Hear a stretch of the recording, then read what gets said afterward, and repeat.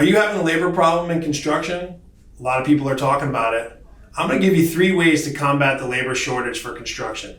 My name is Scott Pieper. I'm the CEO and co-founder of Mobilization Funding. And for the last 10 years, I've been working with small businesses in construction, medium and large size construction businesses, and solving problems around cash flow, labor, and watching all kinds of creative ways occur.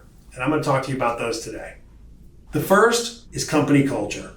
Okay, today's labor force is different than the older labor force. A lot of people used to just go to work for their paycheck and that was all they needed. Anything extra was a bonus. That's not the case anymore. People need to feel involved. They need to feel like they're building something. They need to feel like that their company cares about them, that there's good leadership, that there's a culture around protecting them and their families, and they're working all towards something as a team. And not just the proverbial team, not the core values at the front of the lobby that are there but no one lives by. I'm talking a real company culture, real core values with real leadership, real folks, and a company that's investing in their employees. That means training, education, safety. Those are the things that are critical. Showing people you care with your actions is going to protect and provide a labor force for you that not only you're keeping on and current in your business, but they're going to stay. That's critical. The second way to combat the labor problem is compensation. Yes, and I don't mean lots of compensation or more compensation than others, but what I mean is pay them a fair wage, pay people on performance, provide leadership and recognition to those people for when they do perform a job real well, and you'll find a labor force that's happy to come to work every day and excited and providing to you. The other thing is if it's your direct labor force, you're going to pay them every week or maybe every other week.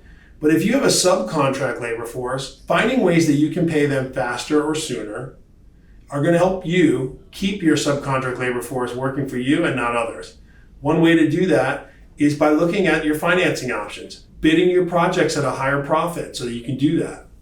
Showing your customers that if they want you to perform the project, you have to have a higher profit margin in your project because you're going to pay your labor on a weekly basis instead of paid when paid. Those are all things that you can do. Now, whether or not you want to talk to your customer about that is a different story, but bidding your projects at a higher profit margin is going to give you the ability to do things for your labor force that others may not be able to do. That's what we're seeing customers of ours do. That's what we're seeing new folks in our network talk about and do all the time. And those folks are growing their businesses in this environment with a labor shortage at a much more and significant rate than others. And third, the last reason, recognize your team, reward them. Doesn't mean give them more money, reward them with other things that are important to them. Maybe it's new training and education like we talked about. Maybe it's a team event. Maybe it's building some camaraderie. Maybe it's a new way to pay them and compensate them. If they finish all their work, you give them everything that needs to be done on a weekly basis and they can finish it by Friday at noon. You let them go at the same time and pay them for it. Don't worry about the hours, worry about the results.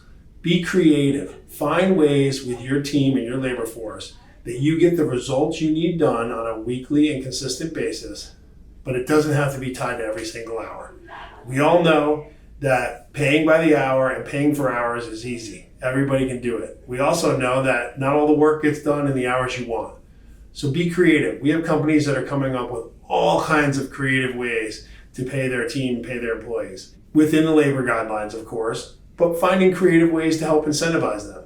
So use that. Use your creativity. Those are the 3 things that I think are going to benefit you the most and that we've seen be very successful.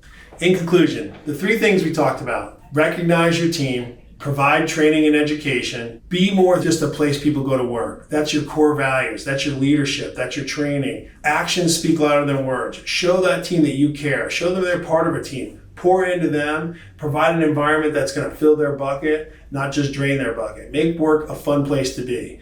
Okay, make work a place where they feel like they're rewarded and they're recognized and they're part of a team and they're part of something. That is critical. And if you like this video, please drop your comments and questions below. If you like the channel and you like what you're seeing, please consider subscribing. That really would help benefit us. And lastly, may God bless you. Thank you.